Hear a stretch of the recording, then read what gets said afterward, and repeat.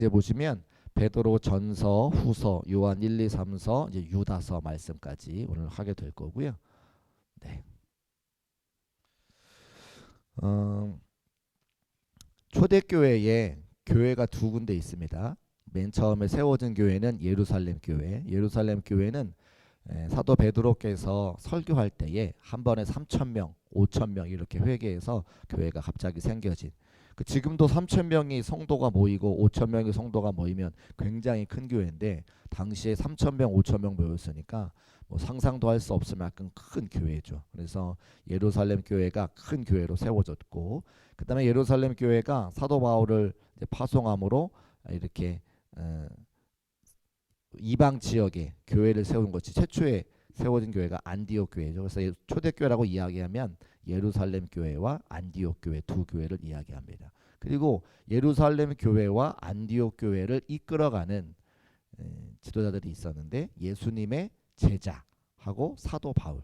예수님의 제자 중에 베드로라고 하는 사람은 예수님의 오른팔 수제자였기 때문에 권위가 있었고, 그 다음에 예수님의 동생 야고보라고 하는 인물이 또 예수님의 동생이었으니까 권위가 있었습니다.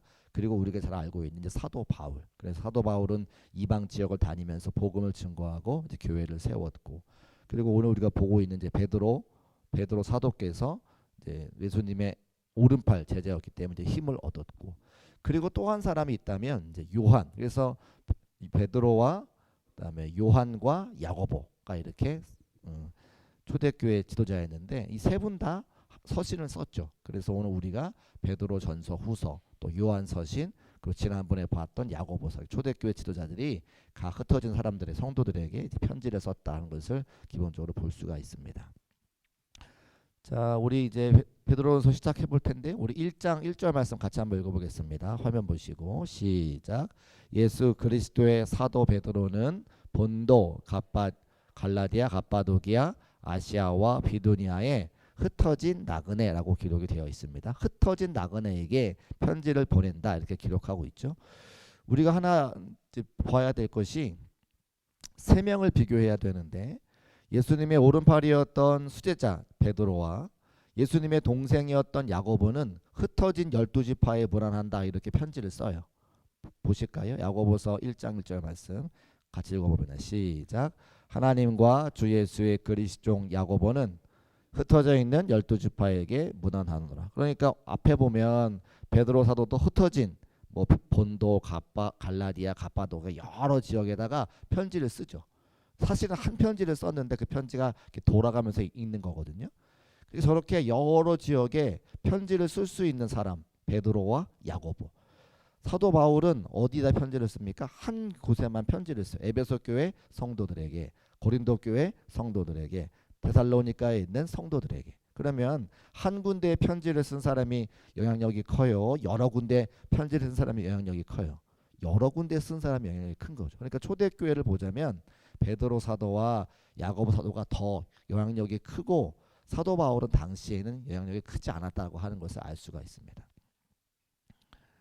이제 베드로 사도께서 이제 쭉 이야기를 하는 거예요. 근데 이 베드로 전후서, 또 요한 1, 2, 3서, 그다음에 이제 유다서 이런 신약 성경에 쓰여진 배경에 가장 첫 번째가 뭐냐면 성도들이 고난 받고 있다는 거죠. 왜 고난 받습니까? 예수를 믿으면 옥에 갇히고 예수를 믿으면 당시에 지배했던 로마 시대의 사람들한테 핍박받는 삶을 살았다는 거죠. 왜 그러냐면 로마의 황제, 당시에는 네도라고 하는 황제가 있었는데 이 황제에게 절을 해야 로마가 주둔하고 있는 성 안에서 살 수 있는 자격이 생기는 거예요. 그래서 우리가 이제 666이라고 하는 표가 있잖아요. 그 666이 뭐냐면 네로를 표시하는 방법이에요. 사탄의 숫자가 아니라 666이라고 하는 건 네로를 이제 이름으로 적으면 네로라고 하는 이름을 적을 때에 666으로 표시하는 방식이죠. 그게 그 네로한테 절을 하면 고개를 숙이면 여기다가 표를 찍어줘요. 여기다 찍든지. 그러면 그 찍힌 사람들만 가서 시장 가서 물건을 살 수 있고 자녀들을 학교에 보낼 수 있고 상거래가 가능한 거예요. 성 안에 살 수가 있는 거예요. 그런데 예수 믿는 사람들은 우상한테 절해요, 못해요? 절 못하죠. 네로한테 절을 못하는 거예요. 왕을 섬기지 않는 거예요. 그래서 어떡합니까? 그들은 표가 없으니까 그들은 뭘 살 수도 없고 학교를 보낼 수도 없고 예수 그리스도를 믿는다는 이유 때문에 핍박받던 시대인 거죠.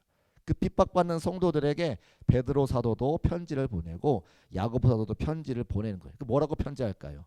여러분 성도들이요, 예수 믿으시는 것 힘내시오. 그 얘기 지금 하고 있는 거예요. 1장 6절 말씀. 그러므로 너희가 이제 여러 가지 시험으로 말미암아 근심하게 되지 않을 수 없으나 근심 당할 수밖에 없겠구나. 예. 근데 그 뭐라고 얘기하냐? 잠깐 근심하게 된다. 왜 잠깐 근심하게 된다? 이 땅에서의 삶이 잠깐이고 우리에게는 영원한 하늘나라가 보장되어 있기 때문에 이 땅에서의 삶이 잠깐이니 그 어려움을 견뎌라. 이렇게 이야기를 하는 거죠. 왜 잠깐입니까? 시편 90편 10절에 보면 사람의 연수가 70이요 강건하면 80이라도 그 연수는 자랑과 슬픔, 수고뿐이요 신속히 간다라고 기록되어져 있거든요.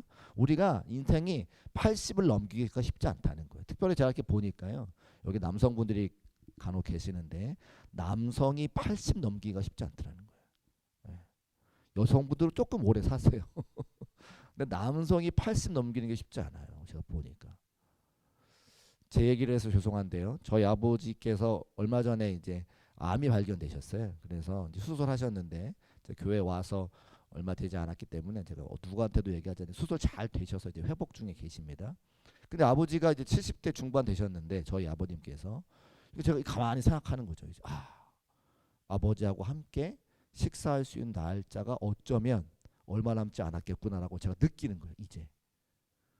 그러니까 우리 삶이 그렇게 길지 않은데 70 혹은 80 그 인생의 순간이 짧고 수고와 슬픔뿐인데 잠깐 그 삶은 잠깐이라고 우리가 사도 베드로께서 우리에게 또 성도들에게 말하는 것은 이 땅에서의 삶이 끝이 아니라 천국이 있기 때문에 우리가 이 땅에서의 삶을 소망을 가지고 살아갈 수 있다고 이야기하는 겁니다.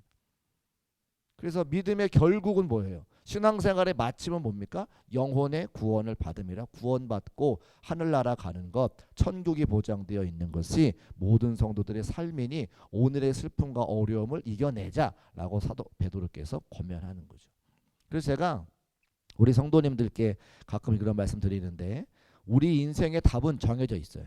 우리 인생의 답은 뭡니까? 해피엔딩이죠. 왜 해피엔딩이에요? 예수님을 믿으면 어디 가요?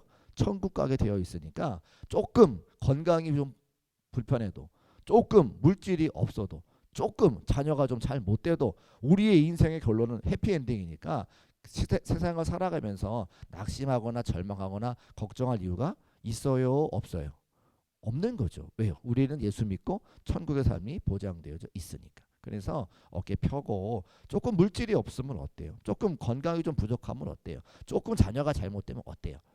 우리는 천국 갈 수 있으니까. 그래서 소망과 은혜 가운데 삶을 살아가라 이렇게 사도 베드로께서 초대교회 성도들에게 말씀하고 있습니다. 그러므로 너희 마음에 뭘 동이라고요?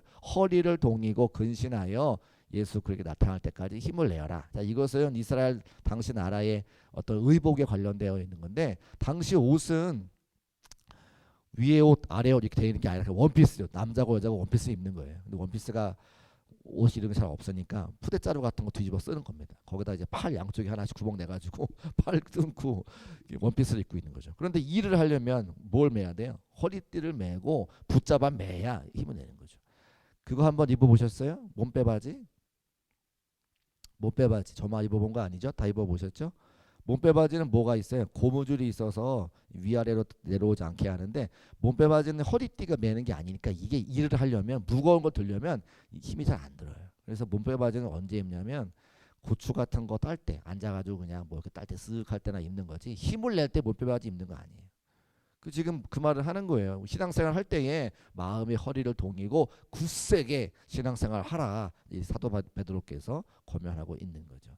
그래서 말합니다. 모든 육체는 풀과 같고 풀과 같다는 건 뭐예요? 이제는 곧 시들 수 있다. 어려울 수 있다. 그러나 육체는 시들고 없어지지만 오직 주의 말씀은 세세토록 있으니 신앙생활에 말씀 붙잡고 힘을 얻어라 라고 우리에게 계속해서 같은 권면의 말씀을 주고 있습니다. 그렇게 1장이 지나고 이제 2장이 말할 때에 우리는 택하신 족속이요 왕같은 제사장이다 이런 말씀들을 하고 있는데 왕 같은 제사장의 정확한 뜻을 다 알고 계시죠? 우리가 제사할 때, 구약 시대에 제사할 때는 예수님이 안 계실 때 모든 우리의 죄를 동물에 전가해서 우리가 스스로 제사장에게 가져가서 제사장이 제물을 잡아 우리의 죄가 용서받았습니다. 그러니까 제사장을 통해서 우리의 죄가 용서함 받는 건데, 예수 그리스도께서 제사장이 되어 주시고 예수 그리스도께서 제물이 되어 주셔서 우리가 담대하게 하나님께 나아갈 수 있는 그 길을 열어 두셨죠. 그게 성소와 지성소를 맡고 있는 휘장이었었는데, 휘장을 이제 두 개로 나눠 주시고 담력을 가지고 하나님께 나아갈 수 있는 길을 열어 주셨다. 그것을 왕 같은 제사장이라 말씀하고 있는 겁니다. 그래서 우리는 여러분들이 저를 통하지 않아도 하나님께 얼마든지 기도할 수 있고 하나님께 얼마든지 예배할 수 있죠. 옛날에 구약 시대 같았으면 저를 반드시 통하고 하나님 만날 수 있는데, 지금 예수님께서 우리에게 십자가 달려 돌아가심으로 말미암아 우리가 모두 왕 같은 제사장이 되어서 주의 종을 통하지 않아도 하나님께 나아갈 수 있는 길이 열려 있다고 하는 거예요. 그 말은 뭐냐면 우리가 마음만 먹으면 우리가 있는 모든 삶의 자리가 다 예배 처소가 될 수 있다고 하는 거죠. 그래서 그 코로나 시대에 유튜브로 예배를 드렸잖아요. 유튜브로 예배를 드린 게 신학적으로 합당한 것은 예수님이 계셨기 때문에 그거 합당한 거죠. 가정에서 온라인으로 예배를 드리는 것도 그곳이 여러분의 앉아 계신 바로 그 거실이 예배의 장소가 얼마든지 될 수 있다고 하는 거죠. 그래서 지금도 이렇게 병원에 계시거나 또 외국에 계시거나 그 공간을 초월해서 하나님 앞에 함께 예배할 수 있는 것이 가능한 것은 예수님께서 왕 같은 제사장으로 오늘 만들어 주셔서 얼마든지 우리가 마음만 먹으면 예배할 수 있게 해주셨다고 하는 겁니다. 또 말씀하죠. 거류민과 같은 나그네 같은 너희들이여. 이 땅에서의 삶이 우리가 끝난 저희가 고의 본향이 아니라 우리는 나그네와 같이 본향을 찾아가는 사람들, 하늘나라의 삶이 보장되어 있는 삶이라고 계속해서 권면하고 있습니다.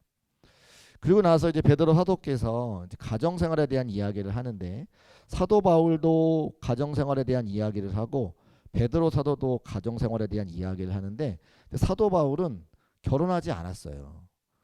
근데 가정생활을 이야기하는 거니까, 그러니까 스님이 결혼하지 않았는데 결혼생활을 이렇게 저렇게 이야기하는 것을 뭐 텔레비전 보면 가끔 이야기하잖아요. 뭐 중문죽답 해가지고. 그래서 이렇게 보면서 결혼도 하지 않은 사람이 자녀와의 관계를 어떻게 말할 수 있지? 어떻게 아내와의 관계를 어떻게 말할 수 있지? 그런 생각 느낌이 들거든요. 똑같이 사도 바울도 가정에 대한 이야기를 하지만 이 사도 베드로보다는 좀 덜하다라고 느끼는 것이, 바울 사도는 무슨 이야기를 하냐면 아내들에게 남편들에게 복종하라 이렇게 이야기를 하고요. 사도 베드로는 아내들이여 남편들에게 순종하라 이렇게 이야기하죠. 우리 3장 1절 말씀을 같이 한번 읽어보겠습니다. 시작. 아내들아 이와 같이 자기 남편에게 순종하라. 이는 혹 말씀을 순종하지 않는 자라도 말로 말미암지 않고 그 안의 행실로 말미암아 구원을 받게 하려 함이니. 순종과 복종이 차이가 있습니다. 어떤 차이가 있을까요? 복종은 그냥 몸으로만 행하는 거예요. 물 가져와. 그럼 물을 갖다 주면 되죠. 신문 가져오세요. 신문 갖다 드리면 돼요. 근데 그 마음에 진심은 없어요. 속으로는 막 욕을 막 하는데 갖다 주는 거죠. 몸만 갖다 주는 거예요. 순종은 뭐냐면 마음으로 우러나서 갖다 드려. 그럼 뭐가 더 어려운 거예요? 순종이 어려운 거죠. 그러니까 사도 바울은 복종하라고 이야기하고 사도 베드로는 순종하라고 이야기하는 것은 결혼 생활을 해봤구나 안 해봤구나가 알 수 있어요. 저 베드로의 아내는 굉장한 잔소리꾼이라고 성경에 나와 있습니다. 오늘 이제 그 얘기 하려는 건 아니니까 그렇게 말씀드릴게요. 그래서 이제 두 번째 또 이야기하는데, 자기 남편에게 순종함으로 자기를 단정하였나니 사라가 아브라함을 주라 칭한 것처럼 순종하라 이렇게 이제 이야기를 하죠. 여기 이제 여성분들이 많이 계시니까 남자 쪽으로 얘기를 하겠습니다. 자, 3장 7절 같이 한번 읽어보겠습니다. 시작. 남편들아 이와 같이 지식을 따라 너희 아내와 동거하고 그를 더 연약한 그릇이요 또 생명의 은혜를 함께 이어받을 자로 알아 귀히 여기라. 이는 너희 기도가 막히지 아니하게 하려 함이라. 아멘. 아내들에게는 순종하라 한 가지만 이야기하고선 남편들에게는 여러 가지 이야기예요. 아내와 동거하고 연약한 그릇으로 여기고 생명의 은혜를 함께 이어받을 줄 알아서 귀히 여겨라. 왜? 너희 기도가 막히지 아니하게 하려 함이다. 이렇게 이야기하죠. 제가 오늘 여기 여성분들 많으시니까 남성에 대해서만 이야기해야 되겠네요. 자, 왜 아내와 동거하라고 이야기할까요? 동거가 뭡니까? 동거가 뭘까요? 뭘 이야기하는 걸까요? 아내의 마음을 잘 헤아려라 그 뜻이에요. 제가 이렇게 보니까요. 여성들이 이야기할 때 최소한 3가지 이상 뜻을 품고 있어요. 한마디에 한마디만 하는 게 아니야. 2-3가지 의미를 담고 있어요. 제가 보니까 그래요. 근데 남자들은 잘 몰라요. 그거를. 드러나는 말만 이해를 하죠. 그래서 아내가 무슨 생각을 하는지 그런 거 있잖아요. 그렇게 뭘 먹으러 가는데 오늘 뭐 먹을까? 아무거나 아무거나 먹자라고 하면서 아무거나가 아닌 거 아시죠?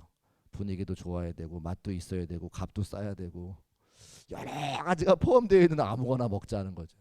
우리 집은 안 그러는데 다른 집이 그렇다는 얘기를 하는 겁니다.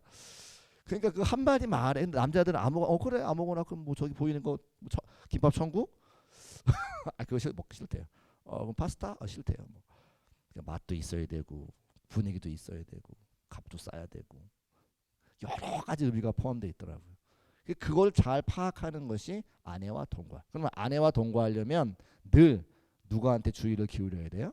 아내의 말과 행동과 그 마음에 주의를 기울여야 된다고 하는 거죠. 그러니까 베드로가 실제로 자기 아내와 살아보면서 경험에서 나오는 이야기입니다. 그리고 더 연약한 그릇이라고 생각을 하라. 왜요?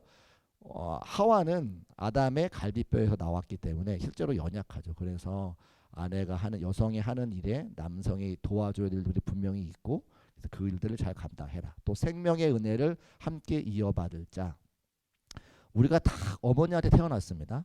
여성한테 태어났죠. 어머니라고 하는 존재가 없으면 여성이라고 하는 존재가 없으면 우리가 다 태어날 수 없기 때문에 생명의 은혜를 함께 이어받을 자처럼 존중히 여기고 소중히 여기라 말씀하고 있고 그래서 이것을 다 해야 되는 이유가 뭐예요?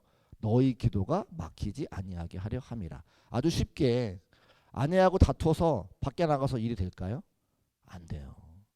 가화만사성 다 아시죠? 가정이 평안해야 밖에 일도 되는 것처럼 가정이 평안해야 신앙생활도 잘 됩니다.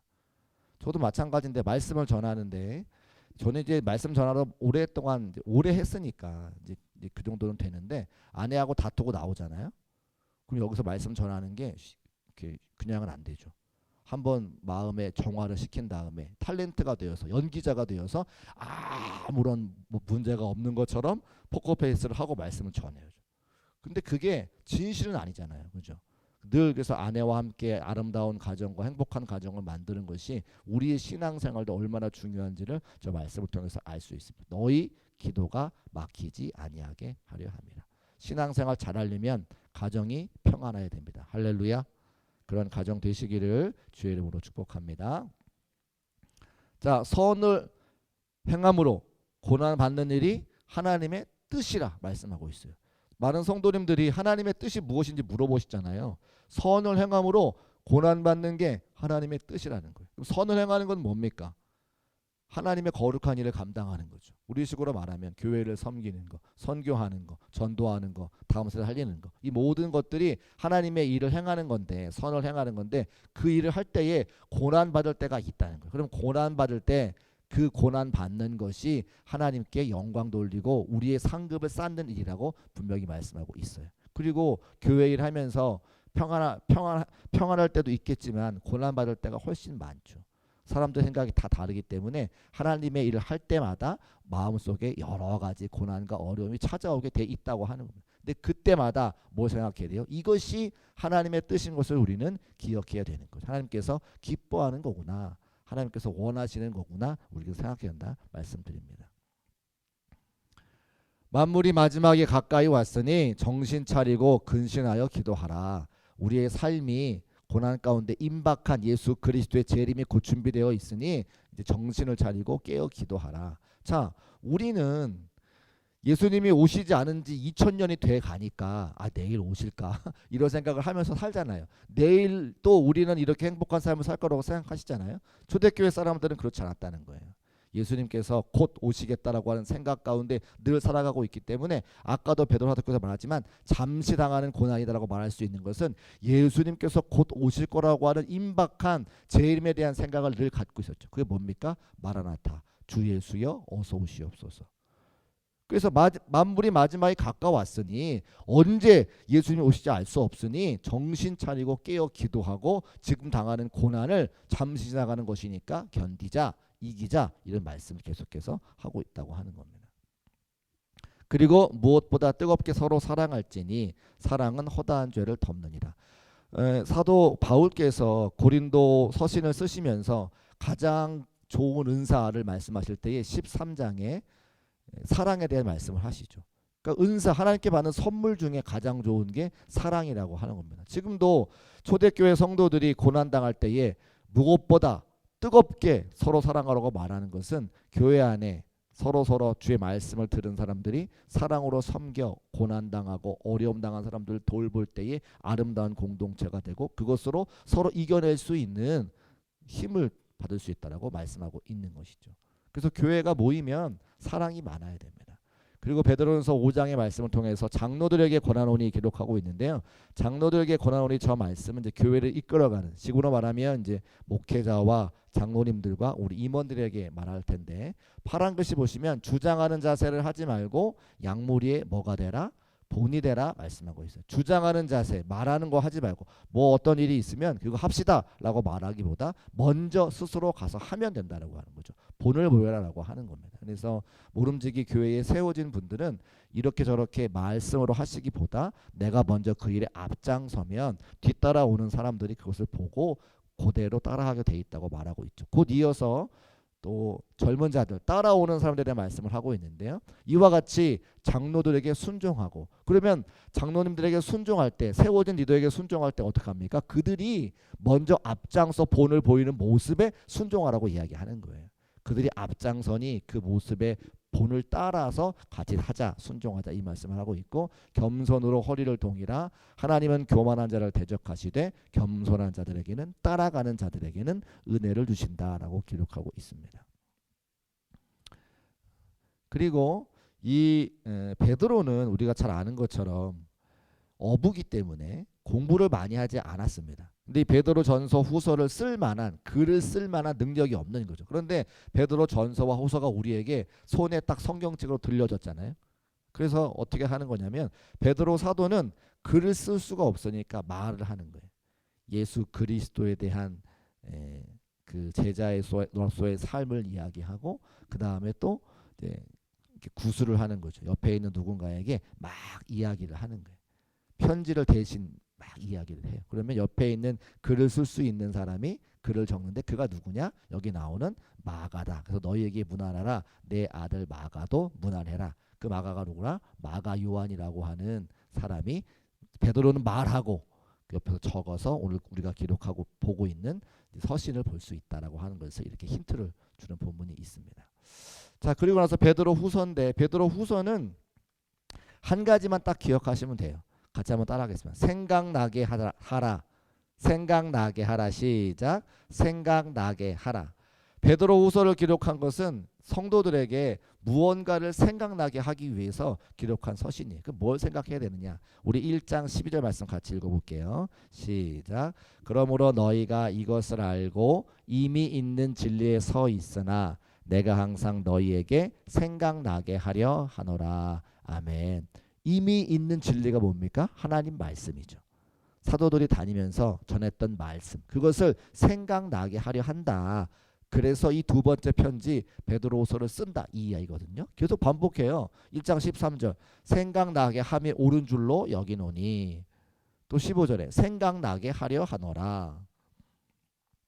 3장 1절 생각나게 하여, 또 2절 기억나게 하려 하노라. 그러니까 계속해서 하나님의 말씀을 생각나게 하려고 내가 이 편지를 썼어. 너희에게 기억나게 하려고 내가 이 편지를 썼어. 이렇게 이야기해요. 그러면 왜 사도 바울이 두 번째 편지를 쓰면, 사도 베드로가 두 번째 편지를 쓰면서 자꾸만 성도들에게 뭘 생각나게 하려 한다, 하나님 말씀 자꾸 왜 생각나야 된다, 이렇게 이야기하느냐?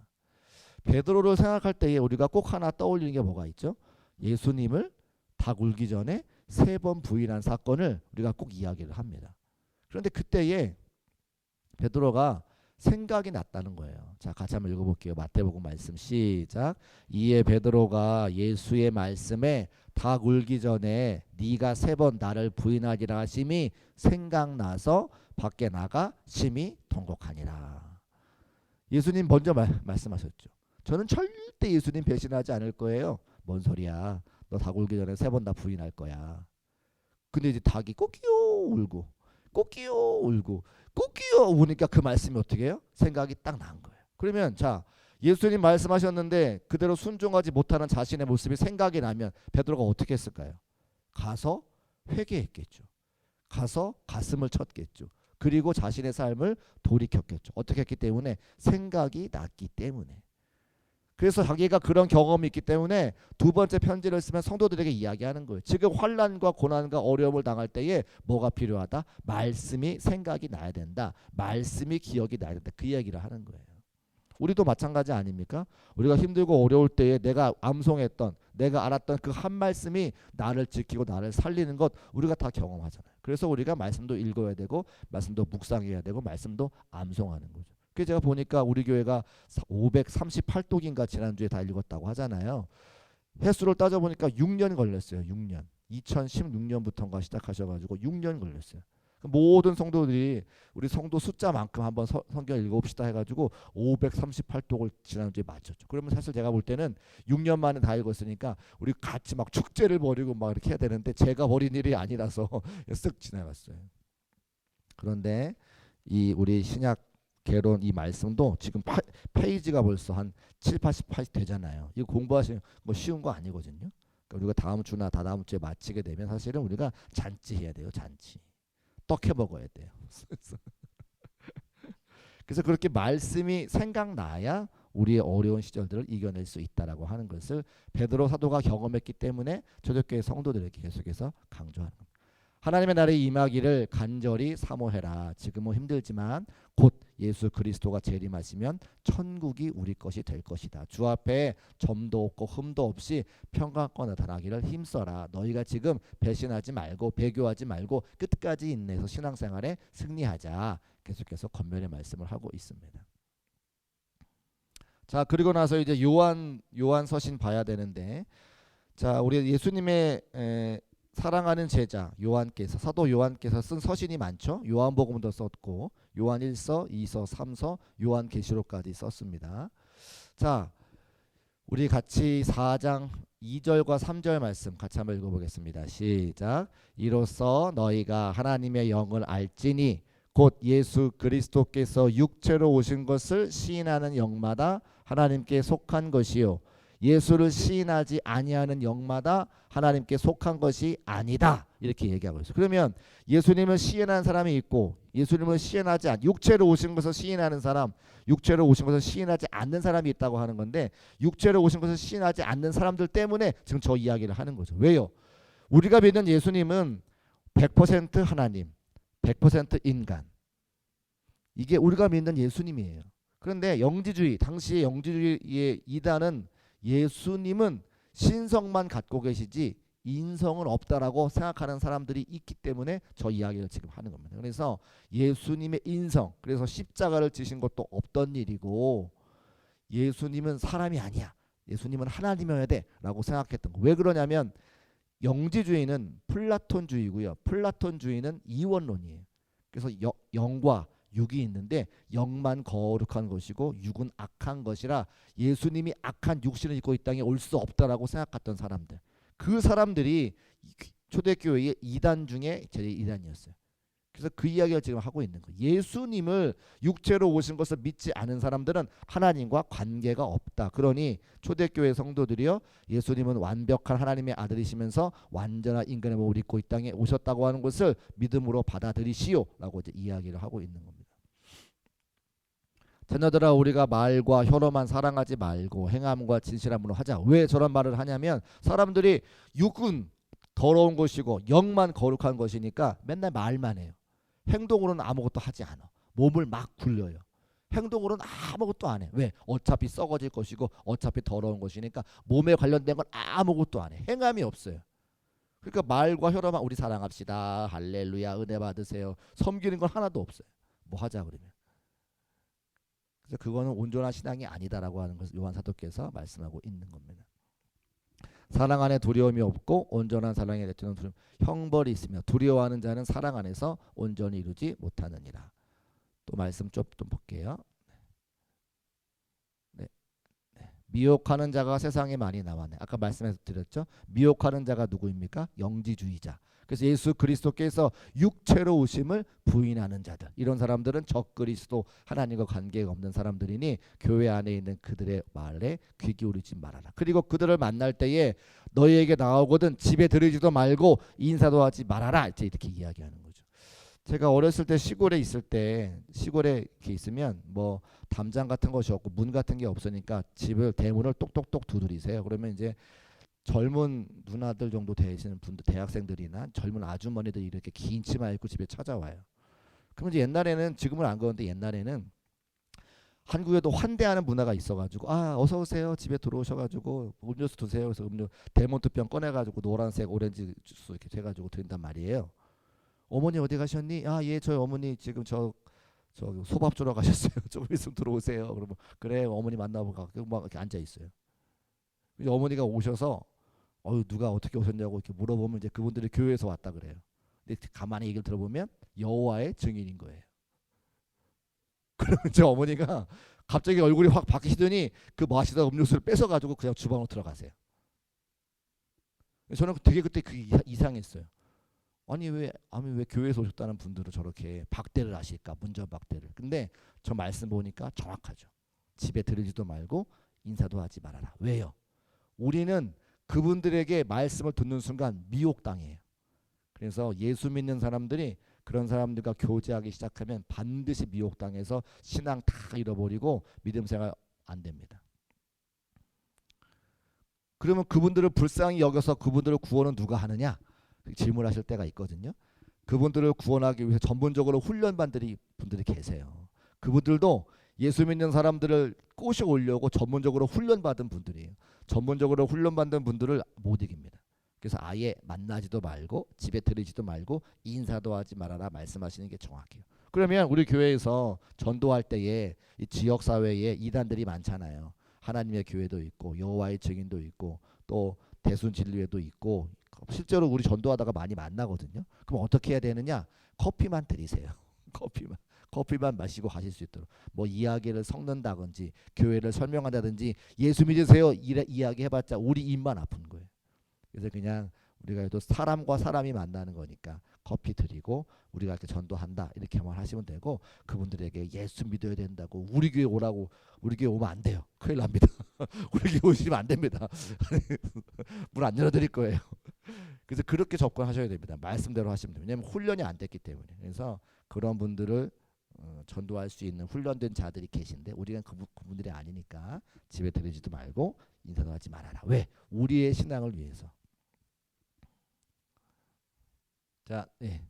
잘 아시는 말씀이죠. 같이 한번 읽어보겠습니다. 시작. 사랑하는 자여, 내 영혼이 잘됨 같이 내가 범사에 잘되고 강건하기를 내가 간구하노라. 자, 근데 옛날에 성경책은 어떻게 강조할 수가 없잖아요. 뭐 색깔로 쓸 수 있는 것도 아니고, 그죠? 두꺼운 글씨로 쓸 수 있는 것도 아니고. 그래서 어떻게 하냐면 중요한 것을 순서를 써요. 순서. 범사가 잘 되고 강건하려면 뭐가 잘 되는 거예요? 내 영혼이 잘 돼. 순서가 중요합니다. 사람들 나올 때도 먼저 나오는 사람이 영향력 있는 사람이에요. 앞에 중요한 사람부터. 순서가 중요한데, 사랑하는 자여, 내 영혼이 잘됨 같이 범사가 잘 되고 강건하기를 내가 간구하노라. 범사가 잘 되는 거 우리 다 원하잖아요. 우리의 삶이 건강도 해야 되고 물질도 있어야 되고 자녀도 잘 돼야 되고 권세도 있어야 되고. 아멘 한 분도 안 하시니까. 그런데 그 방법이 있다는 거죠. 비결이 있다는 거죠. 뭐가 잘 될 때에? 내 영혼이 잘 될 때에. 정확해요. 우리가 하나님의 말씀으로 훈련되지 않고 복을 받을 준비가 안 돼 있으면 복이 아닌 거예요. 돈을 많이 가지고 있어도 그 돈이 복이 아니라 화가 되는 경우가 너무너무 많습니다. 사랑하는 자녀들이 신앙생활 하지 않고 잘 되는 것 절대 부러워하지 마세요. 신앙생활 잘 한 다음에 잘 돼야 그것이 은혜가 되는 거지, 신앙생활 하지 않은데 잘 되면 절대 은혜가 되지 않습니다. 보세요. 다음 말씀. 내가 내 자녀들이 진리 안에서 행한다 함을 듣는 것보다 더 기쁜 일이 없도다. 이게 우리 성도들의 모든 신앙의 고백 되시기를 주의 이름으로 축복합니다. 자녀들이 신앙생활 잘하는 거 제일 기뻐요. 제일 기뻐요. 그 무엇보다. 그래서 여러분의 자녀들이 하나님 예수를 잘 믿고 구원받고 진리 가운데 행할 수 있는 가정 되시기를, 가문 되시기를 제가 같이 기도할 거고, 지난 송구용신 예배 때 끝나고 같이 기도 받으셨는데 기도 제목 대부분의 가정 안에 저 기도 제목이 다 있었어요. 사랑하는 자녀들을 위해서. 제가 지금 제 수첩에 적어놓고 여기 안에다가 넣는 이제 포켓 수첩에 다 적어놨어요. 제 아내 시켜가지고 다 적었어요. 그래서 제가 다 다니면서 기도하고 있으니까 응답될 겁니다. 자, 유다서 조금 시간이 가는데 마저 마치겠습니다. 자, 유다라고 하는 사람을 좀 보셔야 되는데, 예수님의 동생 야고보라고 하는 분 계셨죠. 그래서 예수님의 동생이었기 때문에 권위가 있었다. 유다도 예수님의 동생이에요. 왜냐하면 야고보의 형제인 유다라고 기록이 되어 있잖아요. 그러니까 예수님의 동생인데 저 밑에 막내 동생쯤 된다고 합니다. 같이 한번 읽어보겠습니다. 시작. 예수 그리스도의 종이요 야고보의 형제인 유다는 부르심을 받은 자 곧 하나님 아버지 안에서 사랑을 얻고 예수 그리스도를 위하여 지키심을 받은 자들에게 편지하노라. 왜 편지를 썼을까요? 자, 보면 예수 그리스도를 부인하는 자들이 있다라는 거예요. 가만히 들어온 몇 사람이 있는데 그들이 예수 그리스도를 부인하는 사람이었다. 그러니까 교회 안에, 공동체 안에 이단이 들어오는 거죠. 초대교회에는 누가 이단인지 잘 모르기 때문에 일단 들어오면 웰컴인데, 들어와서 행하는 걸 보니까 이단들도 있고 중간에 배교하는 사람들도 있고 여러 가지 문제가 많았다고 하는 겁니다. 그래서 화 있을진저 이 사람들이요, 아까 그 얘기했던 가만히 들어왔는데 예수 그리스도를 믿지 않던 다른 사람, 근데 그 사람들의 세 가지 예를 드는 거예요. 한 사람은 가인, 한 사람은 발람, 한 사람은 고라. 이런 세 그룹의 사람이 있다고 하는 거죠. 그러면 가인은 누굽니까? 가인의 제사와 아벨의 제사에 나오는 그 가인이에요. 제사를 드릴 때 자기 소견에 옳은 대로 드려서 하나님께서 받지 않으시는 제사를 드렸던 사람. 예수 믿으면, 아니 하나님께 제사를 드리면 제사의 기본은 번제이기 때문에 제물이 다 태워지는 거죠. 제사를 드리면 나는 아무것도 없는 거예요. 왜? 나는 태워졌으니까. 그런데 제사를 드리는데 자기 소견에 옳은 대로 드려서 제사를 드릴 때, 예배를 드릴 때 나는 버젓이 살아있어요. 누구를 위한 예배를 드리는 거예요? 나를 위한 예배를 드리는 거죠. 가인은 자신을 위한 제사를 드린 사람이거든요. 그러니까 예배를 드릴 때에, 제사를 드릴 때에 하나님 관계없이 나 좋으라고 예배 드리는 사람이 있더라는 거예요. 삭슬 위하여 발람의 어그러지기를 몰려간 사람, 저 사람은 누구냐면 이스라엘 백성들을 저주하는데 뇌물을 받고 이스라엘 백성들을 저주했던 사람이 발람이에요. 물질 때문에 교회에 어려움 주는 사람, 그런 사람들을 발람이라고 얘기를 하는 겁니다. 그다음에 고라의 폐역을 따라 멸망했다 기록하고 있는, 고라의 폐역은 뭐냐면 당 짓는 사람들, 무리를 지어서 교회를 어렵게 하는 사람들. 고린도 교회도 뭐 무슨 파 있었다고 이야기하죠. 그와 같이 당을 지어서 교회를 어렵게 하는 사람들이 있는데, 가만히 들어와가지고 자기 소견에 옳은 대로 막 제사 드리고, 돈 가지고 문제 생겨가지고 교회에 어려움 주고, 당 지어서 그냥 이 패거리 저 패거리 만들어서 어려움 주는 사람들이 있었다. 그들이 적 그리스도다, 이렇게 이야기하고 있습니다. 그래서 그 사람들은 분열을 일으키고 육에 속한 자고 성령이 없는 사람들이야. 사랑하는 성도들이여, 너희는 너희의 지극히 거룩한 믿음 위에서 자신을 세우고 성령으로 기도하고 사랑 안에서 자신을 지키며 영생에 이르기까지 우리 주 예수 그리스도의 긍휼을 기다려라. 이제 권면의 말씀을 주고 있는. 마찬가지로 초대교회 시절이니까 외부로부터 핍박이 있고 내부로서는 여러 가지 이단 때문에 공격을 당하니까 곧 오실 예수 그리스도를 기다리며 오늘의 삶을 인내하며 살아가라, 이렇게 권면하고 있는 것이죠. 그러면 이제 말씀을 좀 정리해 보면, 우리가 오늘 함께 봤던 베드로 전후서와 또 유다서와 요한의 서신에 보면 초대교회 성도들 향한 메시지가 공통되어 있습니다. 신앙생활이 쉽다는 거예요, 어렵다는 거예요? 어렵다는 거죠. 환난과 근심과 어려움이 찾아온다. 근데 무엇 때문에 신앙생활이 어려운 거예요? 예수 그리스도를 믿는 것 때문에 신앙생활이 어려운 거예요. 예수 그리스도를 믿어서 그 네로라고 하는 황제에게 절하지 않아가지고 여기에 무역할 수 있는, 물건을 사고 팔 수 있는 표가 없으니까 어려운 거예요. 자녀를 학교 보내는 자녀 못 보내고 물건 못 사고, 그래서 예수 그리스도 때문에 당한 핍박, 그런데 계속해서 모든 선지자께서 모든 사도께서 말하는 게 뭐예요? 예수 그리스도로 힘을 얻어라, 소망을 얻어라 말씀하는 거죠. 그러니까 우리도 보면 세상에서 여러 가지 환란이 우리가 예수 믿는 것 때문에 때로는 오는데, 그럼 우리에게 소망이 뭐라는 거예요? 예수 그리스도가 우리의 소망인 거죠. 마라나타 주 예수여 어서 오시옵소서. 우리가 70을 살지 80을 살지 알 수 없지만 내일은 내게 주어진 삶이 아니라고 하는 거예요. 오늘만 내게 주어진 삶이고, 그 오늘의 삶의 자리에서 내일 예수님이 올 것처럼 오늘의 삶을 준비하는 것이 성도들의 삶이라고 말씀하고 있는 거죠. 그 오늘의 삶 가운데 붙잡아야 되는 건 누구라고요? 예수 그리스도라고요. 그러니까 초대교회 성도들 향한 사도들의 말씀과 오늘 21세기를 살아가는 성도들에게 하나님 주신 말씀이 다르지 않다는 거예요. 세상에 소망을 두지 아니하고 예수 그리스도 한 분 붙잡고, 내일의 삶은 나의 시간이 아니니까 내게 오늘 주어진 나의 삶의 자리에서 그 예수님과 동행하며 살아가는 성도들이 되라라고 이 세 분의 사도께서 우리에게 말씀을 전하고 있다고 하는 겁니다. 그래서 이 말씀을 가지고 우리도 삶의 자리마다 승리를 거둬서 예수님 한 분만으로 만족하고 기뻐하고 감사하고 소망 가운데 승리를 거둘 수 있는 중국교회 모든 성도의 삶이 되시기를 주님의 이름으로 축복합니다. 기도하겠습니다.